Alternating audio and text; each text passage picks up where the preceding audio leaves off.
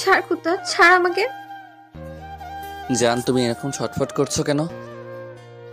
উফ, কুত্তা হারামি, তুই আমাকে এইভাবে জড়িয়ে ধরেছিস কেন? একদম আমাকে স্পর্শ করবি না। ছাড় শয়তান, নাহলে কিন্তু আমি চিৎকার করব। চিৎকার তুমি করতেই পারো, আজকে আমাদের বাসর রাত, তাই চিৎকার তুমি করতেই পারো। আর চিৎকার করলে সবাই জানবে তুমি আমার আদরটা নিতে পারছো না। তা হারামি, একদম উল্টাপাল্টা কথা বলবি না। জান, এভাবে কেউ কথা বলে? হ্যাঁ হারামি, তোর সাথে আর কিভাবে কথা বলবো রে? আমি তোকে চিনি না মনে করেছিস? তোর ওই মিষ্টি মিষ্টি কথার পেছনে নিশ্চয়ই কোনো কুমতলব লুকিয়ে আছে। জান, এভাবে বলছো কেন?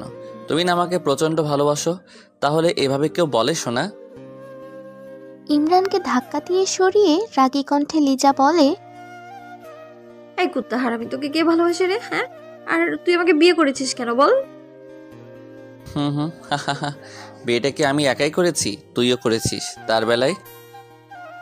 শোন, মেয়েরা ছেলেদের বিয়ে করে না, ছেলেরাই মেয়েদেরকে বিয়ে করে।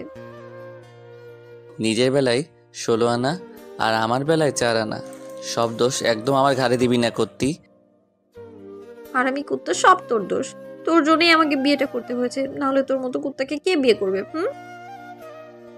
আর আমি যে তোর মতো একটা গাদিকে বিয়ে করলাম তার বেলায়, আমি কি জানি না মনে করেছিস?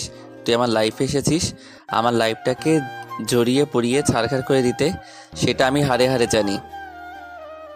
তোর জন্যই এমনটা হয়েছে। তোকে কে বলেছিল আঙ্কেল আন্টির কাছে সবটা বলতে? তার জন্যই তো আজকে বিয়েটা করতে হলো। আঙ্কেল আন্টির কাছে তুই সবটা বলেছিস, না হলে এরকমটা হতোই না। হ্যাঁ, তোর মতো কুত্তিকে বিয়ে করতে আমার বয়ে গেছে। তুই কি ভেবেছিস তোর মতো একটা গাদিকে বিয়ে করার জন্য আমি আব্বু আম্মুর হাত পা জড়িয়ে ধরে কান্নাকাটি করেছি? কে বলতে পারে, করতেও পারিস। আর আমার তো মনে হচ্ছে এমনটাই হয়েছে। নাহলে আঙ্কেল আন্টি এইভাবে হঠাৎ করে গিয়ে আব্বু আম্মুকে সবটা বলতো না, আর আমাদের বিয়েটাও আজকে হতো না। মাই ফুড, তুই কি ভেবেছিস তোর মতো একটা গাধিকে বিয়ে করার জন্য আমি এমনটা করব? আমি কি তোকে চিনি না মনে করেছিস? তুই আমার জীবনটা ধ্বংস করার জন্য আমাকে বিয়ে করেছিস। তোর জন্যই আমাকে বিয়েটা করতে হয়েছে, না হলে কিন্তু তোর মতো ছেলেকে বিয়ে করার কোনো ইচ্ছেই আমার নাই। তোকে এত সহজে ছেড়ে দিয়ে কি করে? হ্যাঁ, তুই এখন থেকে বুঝতে পারবি এই লিজা কি জিনিস। সেটা আমার বুঝতে বাকি আছে। তুমি একটা গরম জিনিস জানো। ছি, কি সব বাজে বাজে কথা বলিস তুই। আসলে তোর স্বভাবটাই খারাপ। তুই একটা ক্যারেক্টারলেস। তুই কখনো ভালো হবি না, আর কোনোদিন কোনো ভালো মেয়েও পাবি না। এত যে বলছো আমার ক্যারেক্টার খারাপ, সেটা ঠিক আছে, আর আমি ভালো মেয়ে পাবো না, তাই তো তোমার মতো একটা হট জিনিস পেয়েছি জানো। এই কুত্তা হারামি, তুই কি শুরু করেছিস? হ্যাঁ, জানো শোনা এগুলো কি? হ্যাঁ, আমি তোর কোন জন্মের জানো হই? হ্যাঁ, কোনো জন্মের হও বা না হও, কিন্তু এই জন্মের আমার বউ হয়েছ। তোকে বিয়ে করে আমার লাইফটা পুরো হেল হয়ে গেছে। তুই সারা জীবন আমাকে জ্বালিয়ে মারবি। আমি কি সেটা জানি না মনে করেছিস? তুই বাসায় কেন বললি আমাকে বিয়ে করবি, ভালোবাসিস আমায়? লিজা ইমরানের কলার ধরে কথাগুলো বলতেই ও লিজাকে ছাড়িয়ে নিয়ে বলল, শোনো, এসব বাসায় বলতে বয়েই গেছে। কে বলেছিল আব্বু আম্মুর সামনে তুই আমাকে ভালোবাসিস? আমি আবার কখন বললাম কুত্তা একটা? একদম সাধু সাধার চেষ্টা করবি না। তুই কি মনে করেছিস আমি কিছুই জানি না? আব্বু আম্মু আমাকে সবটাই বলেছে। তুমি নাকি সেদিন ফোন দিয়ে আব্বু আম্মুকে বলেছিস তুই আমার গার্লফ্রেন্ড, আমাকে ভালোবাসিস, আমাকে ছাড়া থাকতে পারবি না। বাসা থেকে তোর বিয়ে ঠিক করে দিয়েছে। তুই যদি আমাকে না পাস সুইসাইড করবি। এই করতি, এগুলো কে বলেছিল? আমি নাকি তুই? তোকে কে বলতে বলেছে তোর মতো একটা গাধি আমার গার্লফ্রেন্ড? আমি তো একটু মজা করছিলাম, কিন্তু আমি জানতাম না কি এরকম কিছু হয়ে যাবে। আঙ্কেল আন্টি সবটা সিরিয়াস ভাবে নেবে। তুই আমাকে বারবার গাধি বলছিস। আমি গাধি হলে তুই একটা হনুমান। মজা করেছো তাই না? জানো, এখন মজা করো। মজাটা জায়গা বুঝে, সিচুয়েশন বুঝে করতে হয়। তুমি সেটাও জানো না। তুমি জানো আব্বু আম্মু কতটা সিরিয়াস, আর তুমি এই বিষয়টা নিয়ে মজা করলে। এখন দেখো, বিয়েটা করে নিতে হয়েছে। যাক, সামনে শীত আসছে, বিয়েটা করে নিয়েছি, এবার বউকে জড়িয়ে ধরে শান্তিতে ঘুমাতে পারবো। মানে?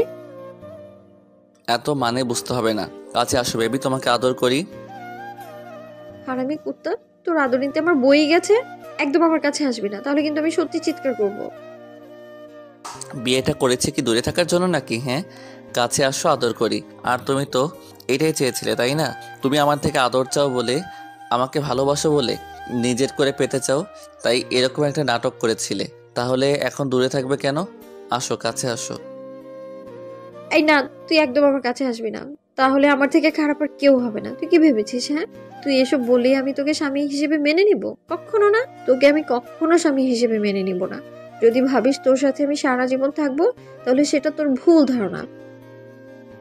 একটা দিন যেখানে তোর সাথে থাকতে পারবো না, সেখানে সারা জীবন আমি জ্বলে পড়ে ছাড় হয়ে যাব। হ্যাঁ, আর আমার কপালটা তো সোনায় বাঁধানো। তুই কি ভেবেছিস আমি কিছু জানি না? আমি সবটাই জানি। তোর জন্য আমাকে এখন বিয়েটা করতে হয়েছে। তাহলে রোমান্স করব না কেন? একবার যখন তোকে বউ করে পেয়েছি, তাহলে এই সুযোগটা হাতছাড়া করে কি করে যান? কখনোই না, তোকে আমি কখনো ভালোবাসবো না করতাম। তুই কে রে যে তোর আদর আমাকে নিতে হবে? আমি তোকে কখনো আদর করবো না। বেবি, তোমাকে আদর করতে কে বলেছে? আমি তোমাকে আদর করব, তুই শুধু চোখ বন্ধ করে থাকবে, আমার আদরটা উপভোগ করবে। চাই না করতো তোর আদর। একদম আমার কাছে আসবি না। নাটকটা করে যখন বিয়ে করতে বাধ্য করেছো, তাহলে এখন কাছে আসবো না কেন? আমি তোমার কথা শুনছি না। আজকে তোমাকে আদর করেই ছাড়বো সোনা। আমি কিন্তু তোকে বারণ করছি, তুই একদম আমার কাছে আসবি না। জান, তুই বারণ করতে পারো তাই বলে কি আমাকে শুনতে হবে নাকি? আর এখন আমার সম্পূর্ণ অধিকার আছে তোমার উপর। তাহলে তুমি বললে সেটা আমাকে শুনতে হবে, বলো। সময় নষ্ট না করে কাছে এসো বেবি। ইমরানের কথায় লিজা পিছিয়ে যেতে লাগলো। লিজার বুকের ভেতর হৃৎপিণ্ডটা লাফালাফি করছে ইমরানের কথাতে। ইমরান হঠাৎই লিজার একটা হাত ধরে নিজের কাছে টেনে নিল ও কোমরে জড়িয়ে ধরলো। ওকে নিজের অনেকটা কাছে নিয়ে আসলো। লিজা ড্যাব ড্যাব করে ইমরানের দিকে তাকিয়ে আছে। জান, তোমার হার্টবিটটা তো দ্রুত স্পাম্প করছে কেন বলো তো? মনে হচ্ছে হাড়টা খুলে ভেতরে চলে আসবে। তুই আমার এত কাছে এসেছিস কেন? তুই আমার সাথে কিছু করবি না প্লিজ, তাহলে কিন্তু আমি তোর সাথে ফ্রেন্ডশিপ নষ্ট করে দিব। জানো, তুমি এত ভয় পাচ্ছ কেন? আর ফ্রেন্ডশিপ নষ্ট করলে করবে। এখন তো আমরা স্বামী স্ত্রী, তাহলে ফ্রেন্ডশিপ দিয়ে কি হবে? ফ্রেন্ডশিপের থেকেও তো বড় সম্পর্কের মধ্যে এখন আমরা আছি। জানো, বরের আদর পাওয়া আগেই এত ভয় পাচ্ছ, তাহলে আদর করলে কি করবে? প্লিজ, তুই আমার সাথে উল্টাপাল্টা কিছু করবি না, তাহলে কিন্তু আমি সত্যি চিৎকার করব। চিৎকার করবে করো, কে বারণ করেছে? আমি তোমাকে বারণ করেছি? বারবার চিৎকার করব করব বলছো, কিন্তু করতে পারছো না। আমি কি তোমাকে সাহায্য করব? দেখো, এত নাটক না করে চুপচাপ থাকো। আমি তোমাকে আদর করি। চাই না তোর আদর আমার। আমি তোকে ভালোবাসি না, আর স্বামী হিসেবে মানিও না। তাহলে তুই আমায় আদর করবি কেন? একদম আমাকে স্পর্শ করবি না। জান, তুমি এত ভয় পাচ্ছ কেন? তোমাকে আদর করব, ব্যথা তো দিব না। দেখো, আজকে এত কিছু করব না শোনা। রাগ করলেও তুমি ব্যথা পাবে না, দেখো। আমি ইমরান লিজাকে আরো কিছু বলতে দিল না, তার আগেই চার ঠোঁট এক করে দিল। ইমরানের স্পর্শে লিজার ভেতরে নিমিষের মধ্যে একটা কারেন্ট হয়ে গেল। আজকে ইমরানও প্রথমবার কোনো মেয়েকে আজকে স্পর্শ করেছে। ইমরান লিজার ঠোঁটজোড়া চকলেটের মতো চুষে যাচ্ছে। ঠোঁটজোড়া ইমরানের কাছে এতটাই মিষ্টি লাগছে, যার জন্য ইমরান ওকে ছাড়তেই চাইছিল না। একটা সময় লিজার মনে পড়ল ও ইমরানকে মানতে পারবে না। সাথে সাথে ও ইমরানকে ধাক্কা মেরে সরিয়ে দিল। লিজাকে ছেড়ে দিলে ও রেগে গিয়ে ঠাস ঠাস করে ইমরানের গালে দুইটা থাপ্পড় মেরে দেয় আর বলতে শুরু করে, কুত্তা হারামি, আমি তোর সাথে মজা করছি না। আমি ভালো ভালো বলছি আমি তোকে মানি না। তাহলে তুই কেন আমার সাথে এমন বিহেভ করছিস? আমি তোকে বলেছি না আমি বিয়েতে রাজি ছিলাম না। তোকে স্বামী হিসেবে মানতে পারবো না আমি। তুই আমাকে মারলি? আমি কি এমন করেছি যার জন্য তুই আমার গায়ে হাত তুললি? এই তুই আমাকে কিস করলি কেন? হ্যাঁ, নিজের বউকে কিস করা কি অপরাধ বল? আমি তোকে স্বামী হিসেবে মানি না। তাহলে বিয়েটা করেছিস কেন? তোর এই নাটকের জন্য আমাকে বিয়েটা করতে হলো। তুই আমাকে পছন্দ করিস না, কখনো ভালোবাসতে পারবি না, সেটা বলে দিতে পারতি। কোনো সুযোগ তুই দিয়েছিস? শোন, দোষটা শুধু আমাকে দিবি না, সব দোষ তোর। তোর জন্য এমনটা হয়েছে। তোকে কে বলেছিল আব্বু আম্মুর সামনে এরকম একটা নাটক করতে? এখন আমার ঘাড়ে দোষ চাপিয়ে দেওয়া হচ্ছে। এখন নতুন নাটক না করে আমাকে ভালোভাবে মেনে নে। আমি যদি না মানি, তুই কি আমার থেকে জোর করে অধিকার নিবি? দরকার পড়লে তাই নিব। আর শোন, এখন নাটক না করে ঘুমিয়ে পড়। আমি জানি কয়েকটা দিন গেলে এমনিতেই তুই আমাকে ভালোবাসবি। কখনোই না। আমি তোকে কখনো ভালোবাসবো না। তোর জীবনটা আমি জ্বালিয়ে পুড়িয়ে শেষ করে দিব। তারপর তুই আমাকে নিজে ডিভোর্স দিবি। ডিভোর্সের কথা শুনে খুব খারাপ লাগলো। তারপরে ভাবলাম হয়তো এখন রাগের বশে লিজা কথাগুলো বলছে। আচ্ছা ঠিক আছে, সেটা দেখা যাবে, এখন ঘুমিয়ে পড়ো।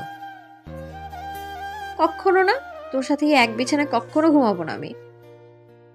ওকে ঘুমাতে হবে না, তুই বিছানায় শুয়ে পড়, আমি সোফায় শুয়ে পড়ছি।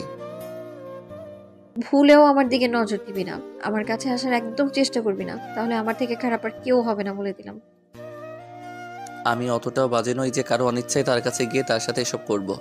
আর একটা সময় তুই এই ভুলটা বুঝতে পারবি, তখন নিজে থেকে চাইবি আমার আদরটা দেখিস, মিলিয়ে নিস, আর এত বেশি আমাকে কাছে পেতে চাইবি যার জন্য তোকে কান্না করতে হবে। ইমরান কথাটা বলেই ওয়াশরুমে চলে গেল। লিজা বক বক করতে লাগলো। একটা একটা করে দিন পার হচ্ছে আর লিজার ব্যবহারটা প্রতিদিনই পরিবর্তন হচ্ছে।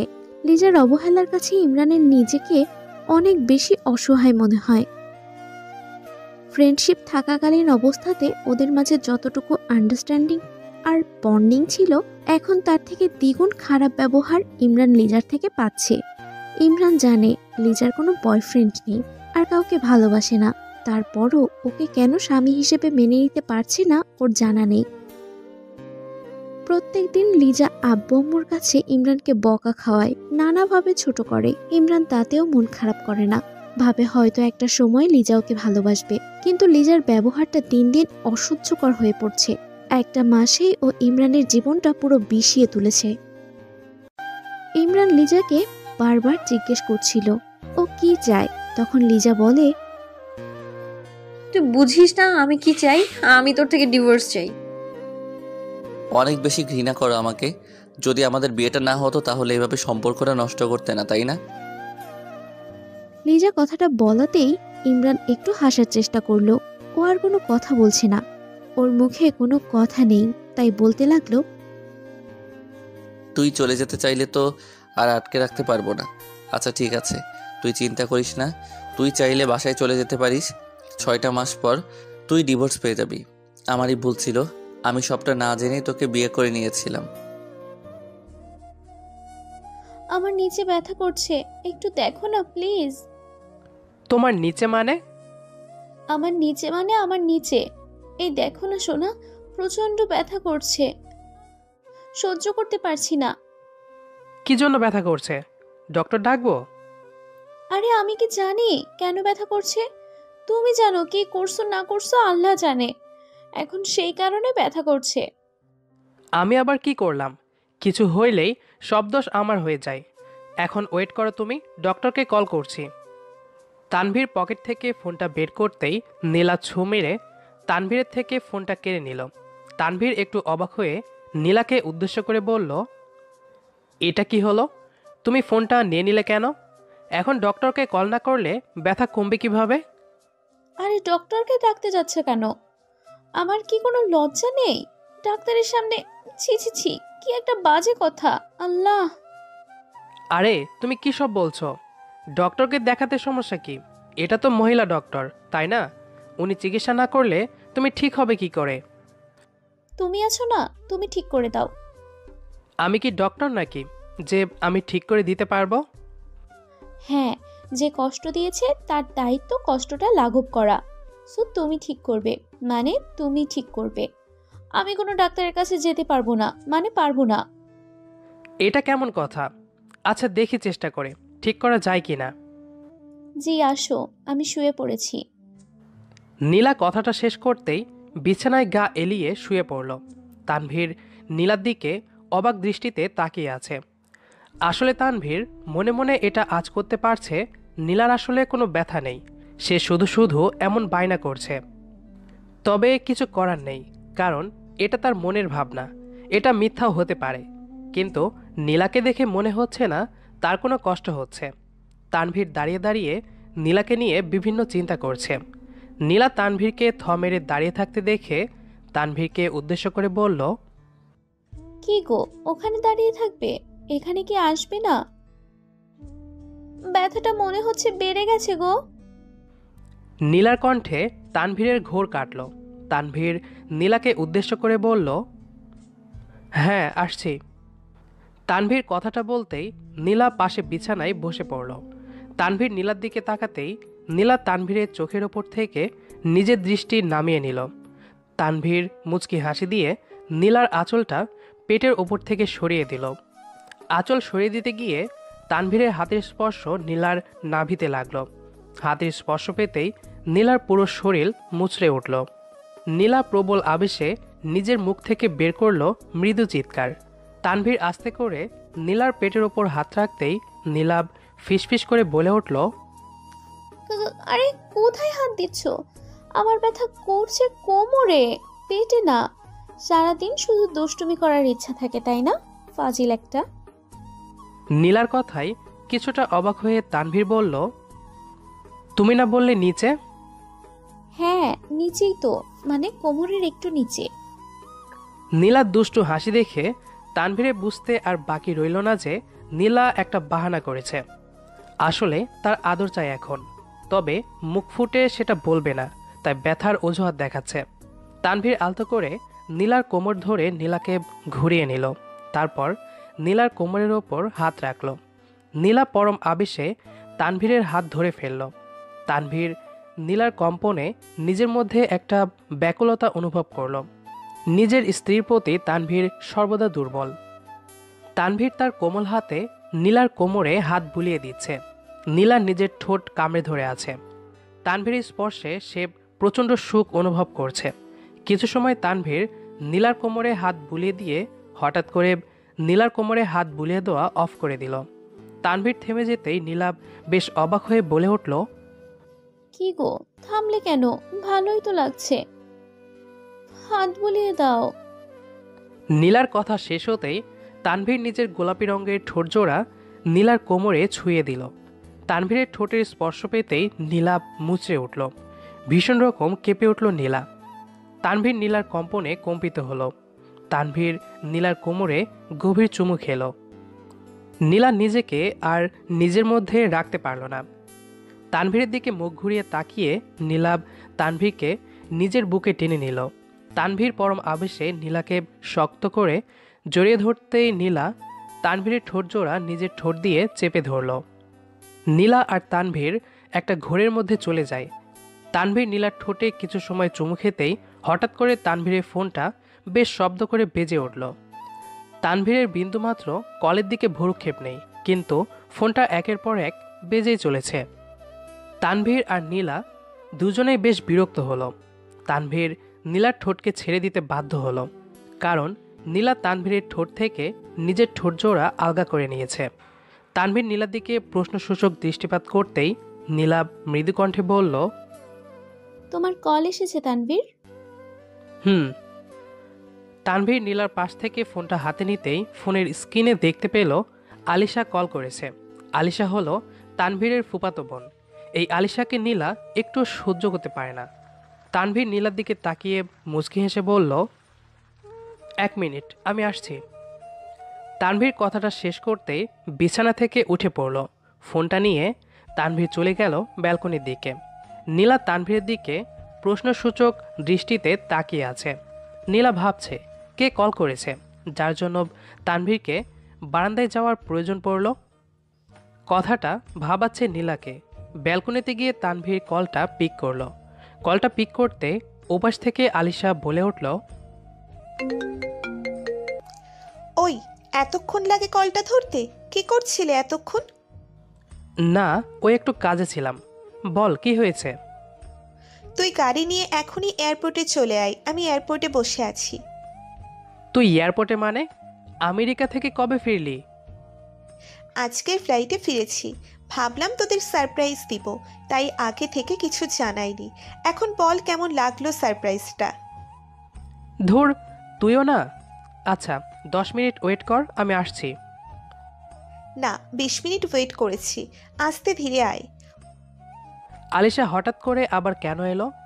বিধাতা জানে আবার কি ঝামেলা আমার জন্য অপেক্ষা করছে।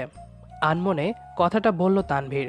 তানভীর ফোনটা রেখে পিছনের দিকে ফিরে তাকাতেই চমকে যায়। তানভীর পিছনে ফিরে দেখতে পেল নীলা দাঁড়িয়ে আছে তার পেছনে। নীলার চোখে চিন্তা ও বিরক্তিকর ছাপ স্পষ্ট। তানভীর নীলাকে উদ্দেশ্য করে একটু কাপা গলায় বলল, এখানে দাঁড়িয়ে আছো যে, কিছু কি বলবে? কেন, আমার এখানে দাঁড়িয়ে থাকতে কি কোনো সমস্যা, নাকি এখানে দাঁড়িয়ে থাকাটা আমার জন্য বারণ? ওহ নীলা, কামন, এমন করে কথা বলছো কেন মেরি জান? তোমার যেখানে ইচ্ছা সেখানে থাকলে তো আমার সমস্যা শোনা। তোমার জায়গা আমার বুকে, তুমি শুধু এই বুকে থাকবে। তানভীর কথাটা বলতে বলতে নীলার কাঁধের ওপর নিজের 2 হাত রাখল। নীলা ভীষণ তিক্ততার কণ্ঠে বলল, কে আসছে? ওহ, ভালো কথা মনে করিয়ে দিছো। আলিশা আসছে। সারপ্রাইজ দিতে আগে থেকে কিছু জানাইনি। 2 দিন হয়তো থাকবে, তারপর চলে যাবে। হুম। নীলা আর কোনো কথা বলল না। তানভীরের হাত জোড়া নিজের কাঁধের ওপর থেকে নামিয়ে দিয়ে সে চলে যায়। তানভীর বেশ বুঝতে পারছে নীলা আলিশার এখানে এমন হুট করে আসায় মোটেও খুশি হয়নি। কিন্তু কি আর করার, আলিশা তার ফুফাতো বোন, তাকে তো এখানে আনতেই হবে। তাছাড়া তানভীরের করার মতো কিছু নেই। নীলা চলে যেতে তানভীর গাড়ির চাবি নিয়ে দ্রুত বাড়ি থেকে বেরিয়ে যায়। এয়ারপোর্টে আসতেই তানভীর আলিশাকে কল করে। কিছু সময় কলটা রিং হবার পরে হঠাৎ করে তানভীরকে ভীষণ অবাক করে দিয়ে একটি শর্ট স্কার্ট পরা মেয়ে তানভীরের দিকে দৌড়ে ছুটে আসতে লাগলো। তানভীর ভালো করে লক্ষ্য করে বুঝতে পারল এটা আলিশা। এই কয়েক বছরে সামান্য পরিবর্তন হয়েছে, তবে তাকে চেনা যাবে না এমন কিছু নয়। আলিশা তানভীরের দিকে দৌড়ে ছুটে এসে তানভীরকে শক্ত করে জাপটে জড়িয়ে ধরে।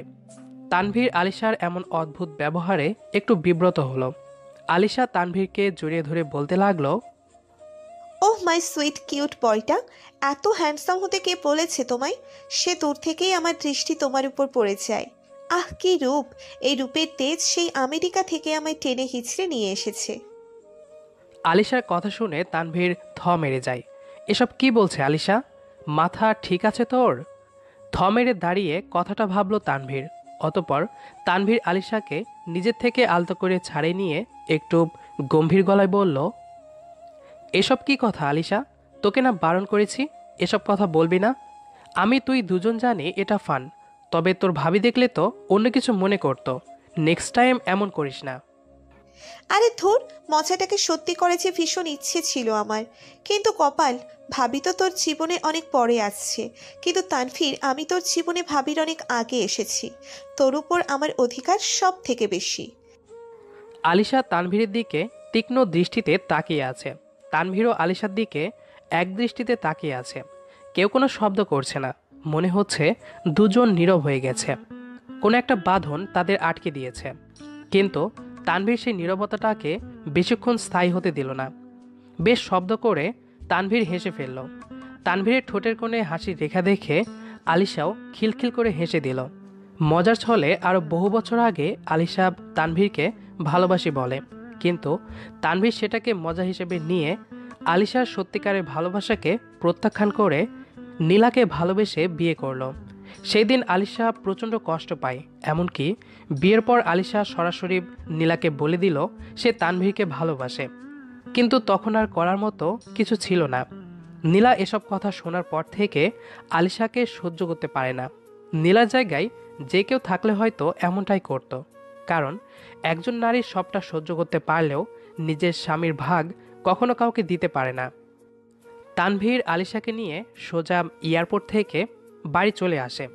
বাড়ি আসতেই আলিশা নীলাকে দেখতে পেয়ে নীলাকে জড়িয়ে ধরল।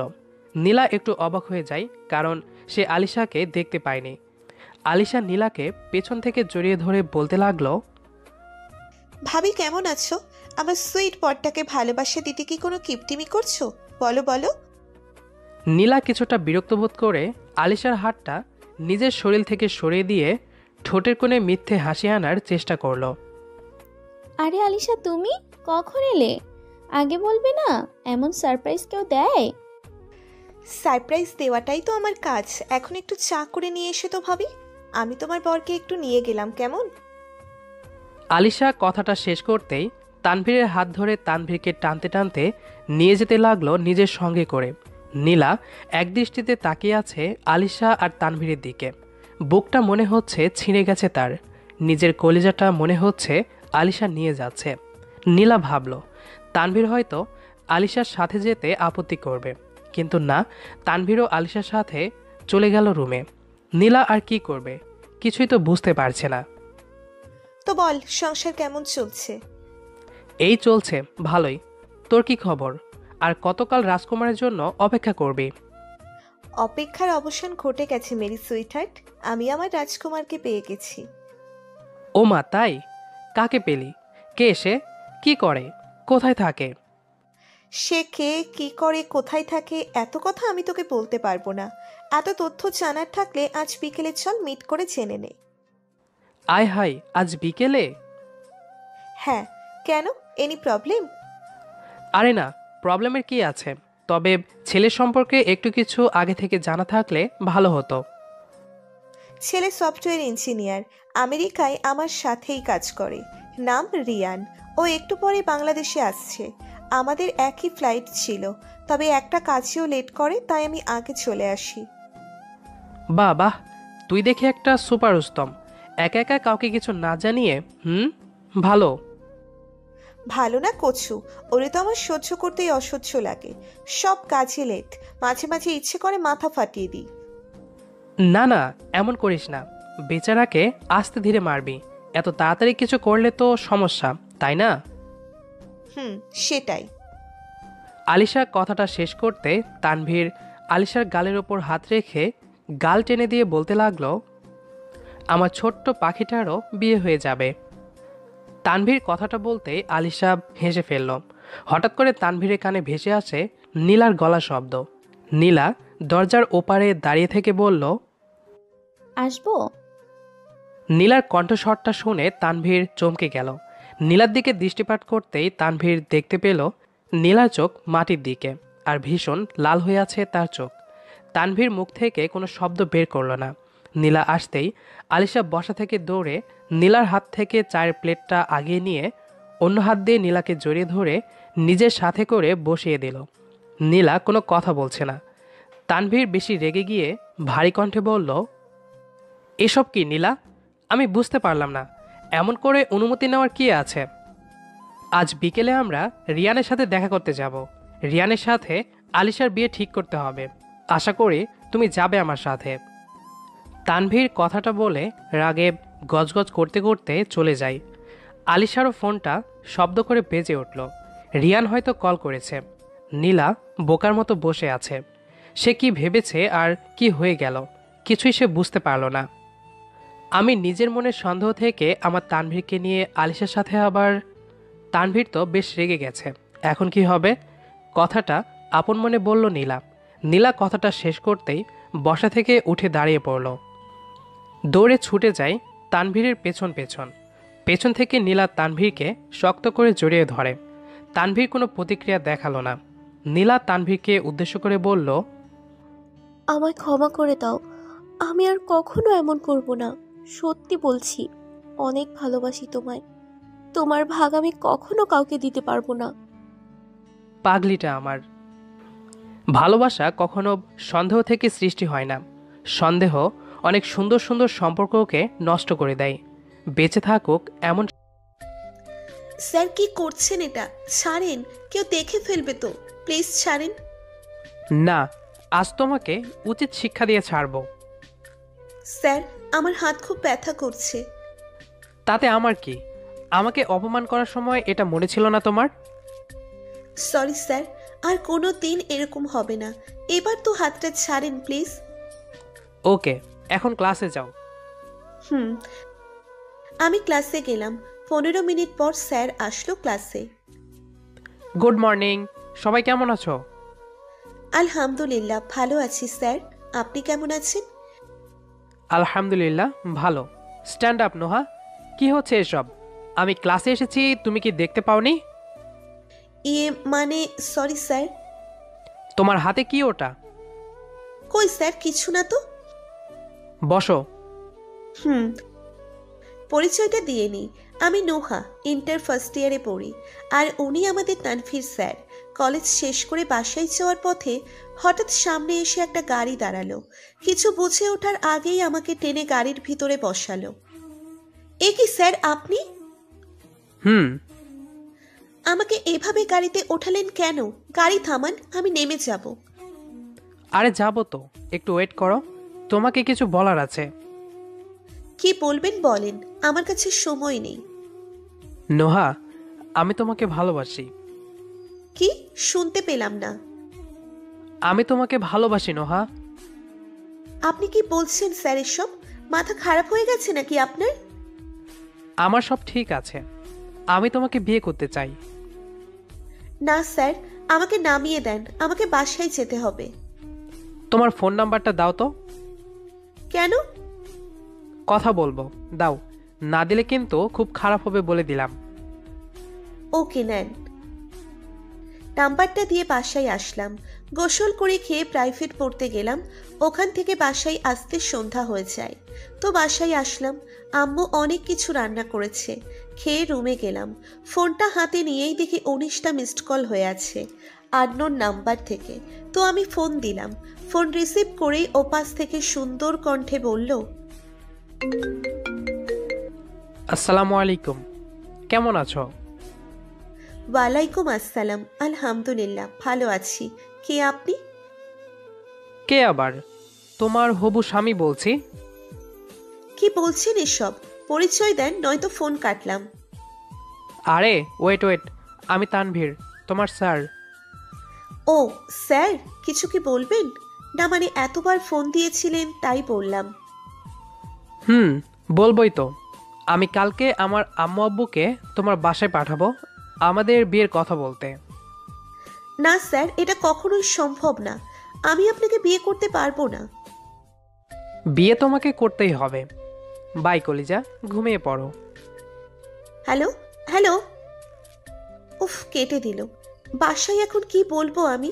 আম্মু তো আমাকেই ভুল বুঝবে। ধুর, যা হওয়ার হবে, ঘুমিয়ে পড়ি। কি রে, উঠবি না?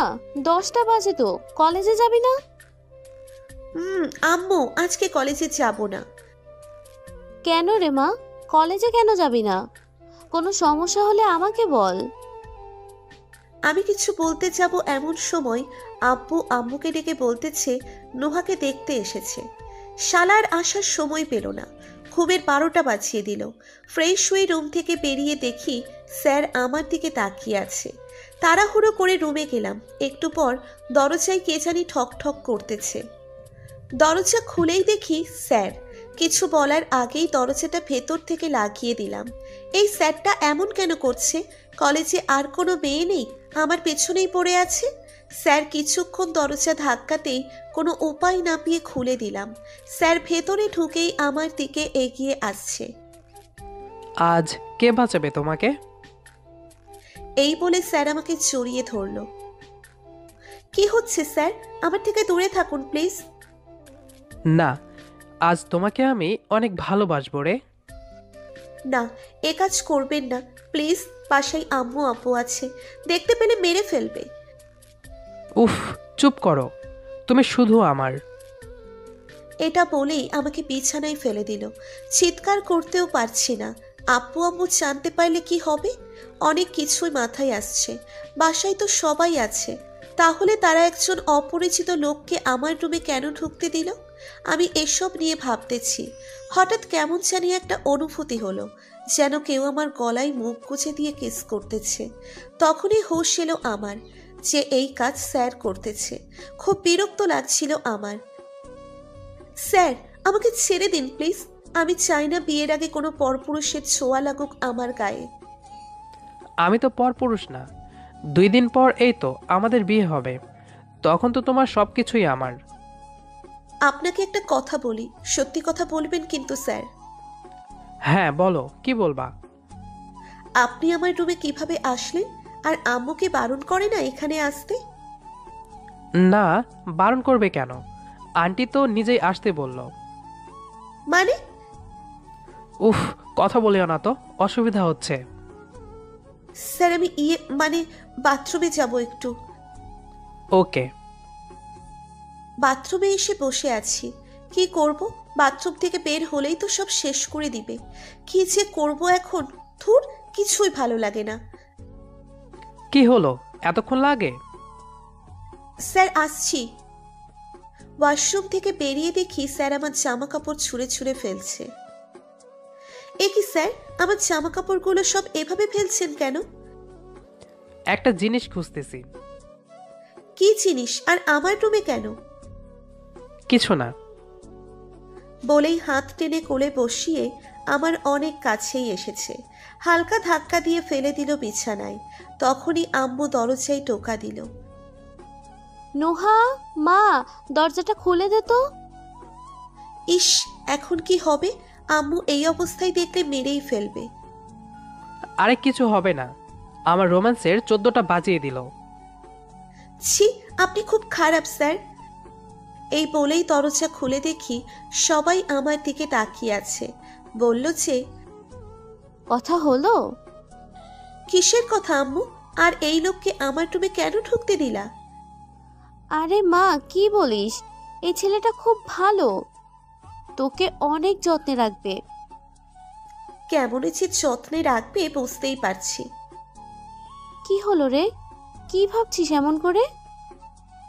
কিছু না আম্মু, আমি ওনাকে বিয়ে করতে পারবো না।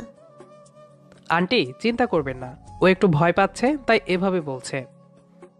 ও, তা বাবা আসো, খেয়ে নাও আগে, তারপর কথা হবে। হ্যাঁ আন্টি চলুন। এটা কি হলো? আম্মু ওনার উপর রাগ হলো না কেন? কি চলছে ওদের মধ্যে আমাকে জানতেই হবে। নিশ্চয়ই সবাই আমার থেকে কিছু একটা লুকাচ্ছে। এর মধ্যেই আম্মু আবারও বলল, কি রে, খাবি না নাকি? আসছি আম্মু। তারপর নিচে এসে সবাই মিলে খেতে বসলাম। হঠাৎ মনে হলো কেউ আমার পায়ে পা দিয়ে খোঁচা দিচ্ছে। নিচের দিকে তাকিয়ে দেখি স্যার তার পা দিয়ে আমার পায়ে খোঁচা দিচ্ছে। আমি কিছুটা বিরক্তির সাথে আম্মুকে বললাম, আম্মু আমি আর খাবো না। কেন, তোর আবার কি হলো?